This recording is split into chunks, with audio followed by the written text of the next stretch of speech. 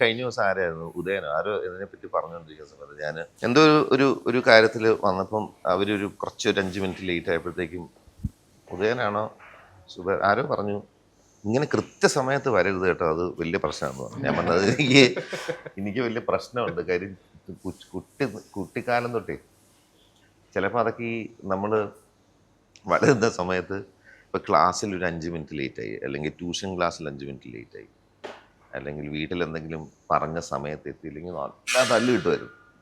ഭയങ്കര അടിയും ശിക്ഷയും അത് കിട്ടുന്നതുകൊണ്ട് ആ ഒരു ഭയം അത് നമ്മളെ വിട്ടുപോകില്ലല്ലോ. അപ്പൊ ആരെങ്കിലും തല്ലുവെന്ന് വിചാരിച്ചിട്ടാണ് ഈ സമയത്ത് വരുന്നത്. ഋതുവിന്റെ ഓഡിഷൻ അറിയോ എങ്ങനെയാന്നുള്ളത്? ഋതുവിനോട് ആൾക്കാർ ചോദിക്കുമ്പോ എങ്ങനെയാ ഋതു വന്നത്? എനിക്കിങ്ങനെ കാസ്റ്റിംഗ് കോള് വന്നു, ഇങ്ങനെ ശാലിനി കാസ്റ്റിംഗ് ഡയറക്ടർ വിളിച്ചു, ചേച്ചി 3 റൗണ്ട് ഓഡിഷൻ ചെയ്തു, അങ്ങനെ എടുത്തു. ഇങ്ങനെയാണോ എടുത്തത്? അത് അതുവരെ കറക്റ്റാണ്. ഇപ്പം എനിക്ക് തോന്നുന്നു ഷൂട്ട് 10-ാം തീയതി ഡിസംബർ നവംബർ അല്ലെ 10-ന് സ്റ്റാർട്ട് ചെയ്യാം. അതിന് മുമ്പ് ഒരു 3 ദിവസം മുമ്പേ ലുക്ക് ടെസ്റ്റ് ഉണ്ട് ഞങ്ങൾക്ക് എല്ലാവർക്കും. അപ്പം ഞങ്ങളെല്ലാവരും വന്ന് റെഡി ആയിട്ടിരിക്കുകയാണ്. ഞാൻ വന്നിരുന്നു, സജലുണ്ട്, ഷനു ഇതുണ്ട്. അപ്പം ഞങ്ങൾ ഇത്രയും പേരിക്കുമ്പോൾ ഷാലിനി എന്നെ മാത്രം വിളിച്ചുകൊണ്ട് പോയി. അപ്പം തന്നെ എൻ്റെ നെഞ്ച് ഇടിക്കാൻ തുടങ്ങി. എന്തിനായിരിക്കും? ഞാൻ അപ്പുറത്തോണ്ട് ഇരുത്തിട്ട് ചോദിച്ചു, നീ എന്താ ചെയ്തത് ഇത്രയും ദിവസം? ഞാനന്ന് വെയിറ്റ് കുറവാണ്. അല്ല, അതിനു മുൻപ് ഓൾറെഡി ഈ ഓഡിഷൻ വിളിക്കുന്ന സമയത്തെ സാറ് രഞ്ജിത്ത് സാർ അറിയാലോ, രഞ്ജിത്ത് സാർ ഒരു കഥാപാത്രം മനസ്സിൽ വെക്കുമ്പോൾ കൃത്യമായിട്ട് അറിയാം അയാളുടെ ഹൈറ്റ് ഇത്ര വേണം, അയാളുടെ വെയിറ്റ് ഇത്ര വേണം, അയാൾ ഇങ്ങനെ നോക്കണം, അയാളുടെ ബാക്ക്ഗ്രൗണ്ട് ഇതായിരിക്കണം. അതുകൊണ്ട് തന്നെ ആ ജീവിതത്തിലൂടെ വരുന്നതുകൊണ്ട് ഇയാളുടെ ലുക്ക് മൊത്തത്തിൽ ഇങ്ങനെയായിരിക്കണം.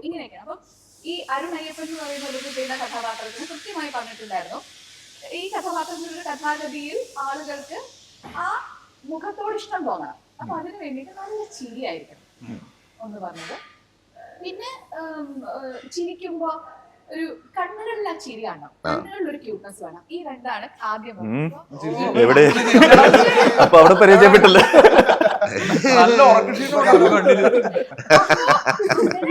ഈ ഒരു കഥാപാത്രത്തിന് വേണ്ടിയിട്ടാണ് ഏറ്റവും കൂടുതൽ ഞാൻ ആൾക്കാരെ നോക്കിയിട്ടുള്ളത്. അങ്ങനെ വന്നിട്ടാണ് ഋതുവിനെ കണ്ടപ്പോ, അപ്പൊ ഋതു നാടകമായി ബന്ധപ്പെട്ട ആളാണല്ലോ, നാടകം ചെയ്യുന്ന ഒരാളാണ്.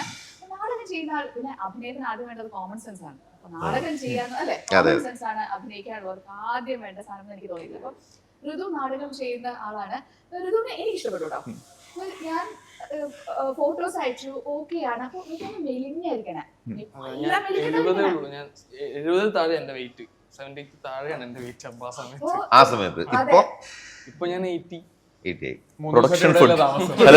പ്രൊഡക്ഷൻ ഫുഡ് എന്തോ വൈകുന്നേരങ്ങളാകുമ്പോ വെയിറ്റ് കൂടുന്ന ഒരവസ്ഥ. പിന്നെ രാവിലെ ബ്രേക്ക്ഫാസ്റ്റിലും വെയിറ്റ് കൂടുന്നതായി കാണപ്പെടുന്നുണ്ട്. അതെ. അപ്പൊ ഇതുപോലെ മെലിഞ്ഞായിരിക്കണത്. അപ്പൊ ഞാൻ ഒരു കാര്യം ചെയ്യാൻ, ഉദയേട്ടനും രഞ്ജിത്ത് സാറും ഇങ്ങനെ സ്ഥലത്ത് എന്തൊന്ന് പോയി കാണണം.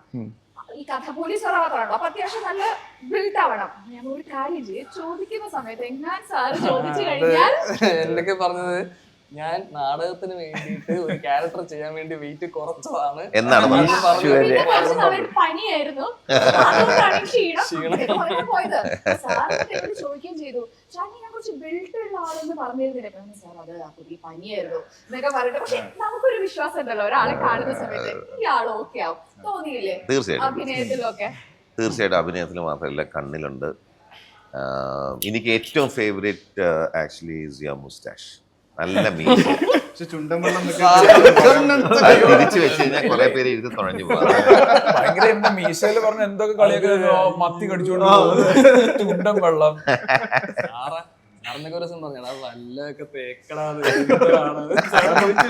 ക്യാമറ വെക്കുന്ന സമയത്ത് ഈ മീശ ഇങ്ങനെ പൊന്തി നിൽക്കുന്ന കാരണം അതിന്റെ ഷാഡോ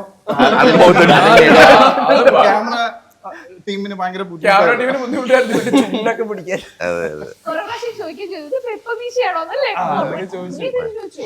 അങ്ങനെ ഡയലോഗും ആഡ് ചെയ്തു. അത്ര അടിപൊളിയായിട്ടുണ്ട്. ഈ ഒരു സിനിമയില് പ്രകാശൻ ഒരു ഡയറക്ടർ ആയതുകൊണ്ട് തന്നെ എപ്പോഴെങ്കിലും ഒക്കെ നമ്മൾ ചില ഷോട്ടുകൾ വെക്കുമ്പോൾ, ചില സീനുകൾ കമ്പോസ് ചെയ്യണ സമയത്ത് ഒരു ഡയറക്ടർ പെർസ്പെക്റ്റീവ് നിന്ന് എപ്പോഴെങ്കിലും തോന്നിയിട്ടുണ്ടോ ഈ ഒരു സീൻ ഇങ്ങനെ കമ്പോസ് ചെയ്തിരുന്നെങ്കിൽ, അങ്ങനെ ചെയ്തിരുന്നെങ്കിൽ, അങ്ങനെ ഒരു ചിന്ത വരാറുണ്ടോ? ഇല്ല, നാച്ചുറൽ ആയിട്ട് വരാനുള്ള ചാൻസസ് ഉണ്ടല്ലോ. പക്ഷെ ആദ്യത്തെ സിനിമ ചെയ്യുന്ന സമയത്ത് അത് റിപ്പീറ്റഡ് ആയിട്ട് ഈ സിനിമയിലും അത് സംഭവിച്ചു. വീട്ടിൽ നിന്ന് ഇറങ്ങുന്ന സമയത്ത് സ്നേഹ, എൻ്റെ വൈഫ്, എക്സിക്യൂട്ടീവ് പ്രൊഡ്യൂസറാണ് നമ്മൾ നടത്തുന്ന കമ്പനിയിൽ. സ്നേഹ പ്രത്യേകിച്ച് പറഞ്ഞിട്ടുണ്ട്, അവിടെ എങ്ങാനും പോയിട്ട് ആ ആംഗിൾ എങ്ങനെയാണ് അങ്ങനെ ഇരിക്കുന്നത്, എന്താണ് ഈ ലെൻസ് ഇട്ടിരിക്കുന്നത്, ഈ ലൈറ്റിൻ്റെ എക്സ്പോഷർ ശരിയല്ലോ എന്നൊക്കെ പറഞ്ഞ് തലയിൽ കൂടെ പോയി അവിടെ പോയി അഭിപ്രായം പറയാൻ നിന്നാൽ ഞാൻ അറിയും, എനിക്കറിയാവുന്ന പലരും അവിടെ ഉണ്ട്, അതുകൊണ്ട് അങ്ങോട്ട് പോകണ്ടെന്ന് വളരെ സ്ട്രിക്റ്റ് ആയിട്ട് എൻ്റെ അടുത്ത് പറഞ്ഞ സ്ഥിതിക്ക് ഞാൻ അവിടെ ഒരു രീതിയിലും ആ കണ്ണുകളിലൂടെ നോക്കാറില്ല. കാര്യം നോക്കിക്കഴിഞ്ഞാൽ ഇതിൻ്റെ അകത്തെ പ്രശ്നം, നമ്മൾ ഇപ്പം ഞാനൊരു ഒരു ഒരു ഒരു ഒരു ഒരു ഇപ്പം ഒരു ചെറിയൊരു കഥ പറയുന്ന ഞാൻ പറയുന്ന രീതിയും ശാലിനി പറയുന്ന രീതിയും നമ്മൾ ആരെങ്കിലും ഒരാൾ പറയാം, എല്ലാം വ്യത്യസ്തമായിരിക്കും. അതിൻ്റെ ഇടയിൽ കൂടെ നമ്മൾ ഒരാൾ കഥ പറഞ്ഞു പോകുന്നതിൻ്റെ ഇടയിൽ അത് ആ തലയിൽ മാത്രം നടക്കുന്ന ഒരു പ്രോസസ്സാണ്.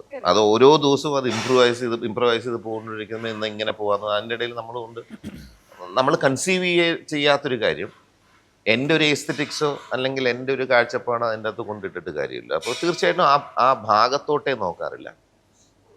പിന്നെ രഞ്ജി ചേട്ടനോട് എനിക്ക് ഈ പറയുന്ന എക്സ്ട്രീംലി ഭീകരമായ റെസ്പെക്റ്റ് ഉണ്ടെങ്കിലും എനിക്ക് എവിടെയോ ഒരു ഫ്രീഡം ഉണ്ട് താനും. അത് രഞ്ജി ചേട്ടൻ വളരെ ക്ലിയർ ആയിട്ട് പറയാതെ തന്നെ ആ സ്പേസ് ചിലപ്പോൾ എൻ്റെ അടുത്ത് എന്ത് തോന്നി പ്രകാശിന് ചോദിക്കാറുണ്ട്. അപ്പം അതുള്ളതുകൊണ്ട് ചില സമയത്ത് എനിക്ക് നിവൃത്തിയില്ലാത്ത ചില സമയത്തൊക്കെ നമ്മളിൽ ആ സ്വഭാവം ഉള്ളത് കൊണ്ട് ഞാൻ പറയും ബാക്ക്ഗ്രൗണ്ടിൽ മേ ബി അത് ഒന്നുകൂടെ പോകാൻ തോന്നിയിട്ടാണ്. അതൊന്നുകൂടെ ഒന്ന് രണ്ട് സ്ഥലങ്ങളിലൊക്കെ നമുക്കത് ചിലപ്പം വരുമല്ലോ നാച്ചുറലായിട്ട്. ചിലപ്പോൾ ആ സമയത്ത് ഒരാൾക്ക് എല്ലാവർക്കും ചിലപ്പോൾ ചില ടേക്കിൽ ശ്രദ്ധിക്കാൻ പറ്റാത്തൊരവസ്ഥ വന്നു കഴിഞ്ഞാൽ, എപ്പോഴൊന്നും അല്ല കേട്ടോ, ഒന്നോ രണ്ടോ പ്രാവശ്യം അങ്ങനെ ഞാൻ പറഞ്ഞു രഞ്ജേട്ടൻ അത് റെസ്പെക്ട്ഫുൾ ആയിട്ട് തന്നെ ഇമ്മീഡിയറ്റ്ലി അത് എടുക്കുകയും ചെയ്തിട്ടുണ്ട്. അപ്പോൾ പക്ഷെ അത് വരാതിരിക്കുന്നതാണ് നല്ലത്. എന്തുകൊണ്ട് അത് ഇപ്പം ഞാനിപ്പം നാച്ചുറലി നമ്മളെല്ലാവരും ഒരു കാര്യം, ഇപ്പം നമ്മുടെ എല്ലാവരും ഒരു പടം എടുത്തു, അപ്പം ആരെങ്കിലും ഒരാൾ വന്നിട്ട് ആ പടം നമ്മുടെ പടം കാണും, നിങ്ങളുടെ കണ്ണ് നിങ്ങളിലോട്ടേ പോകുള്ളൂ. ഒരു പോയിന്റ് നിങ്ങൾ ഒരിക്കലും ആ പടത്തിൻ്റെ ടോട്ടാലിറ്റിയോ ഇതെങ്ങനെ ആദ്യം പോകുന്ന നിങ്ങളുടെ മുഖത്തോട്ട് നിങ്ങൾ നന്നായിട്ടുണ്ടോ ഇല്ലയോ എന്നായിരിക്കില്ലേ. അപ്പോൾ അത് തന്നെ സിനിമയിൽ നമുക്ക് ആ സമയത്ത് ഞാൻ നല്ലപോലെ ചെയ്തിട്ടുണ്ടോ ബാക്കിയുള്ളവർ എന്താണ് എന്നുള്ളൊരു തോട്ട് പ്രോസസ്സൊക്കെ വരാമല്ലോ. ഞാൻ എങ്ങനെയുണ്ട് അതാണല്ലേ അതിൻ്റെ ഒരവസ്ഥ. അതുകൊണ്ട് അതും ഞാൻ പറയുന്ന അതും നമ്മളൊരു സെറ്റിൽ ഒരു പ്രത്യേക സമയത്ത് നമ്മളൊരു സംവിധായകനെ ട്രസ്റ്റ് ചെയ്ത് യെസ് എന്ന് പറഞ്ഞ് പോയി കഴിഞ്ഞാൽ ആ ട്രസ്റ്റിൽ പോകുന്നതാണല്ലോ. പിന്നെ അതിൻ്റെ അകത്ത് കയറിയിരുന്ന് നമ്മൾ അങ്ങോട്ടും ഇങ്ങോട്ടും തിരിക്കണം. പിന്നെ അതിൻ്റെ സിനിമ പോകുന്ന രീതിയിൽ അതിൻ്റെ ഭാഗമാകുക. അപ്പം ഞാൻ തോന്നാറില്ല എന്ന് പറഞ്ഞാൽ എഫേർട്ട് എടുത്ത് തോന്നിക്കാറില്ല. ആ ഭാഗം അതെ.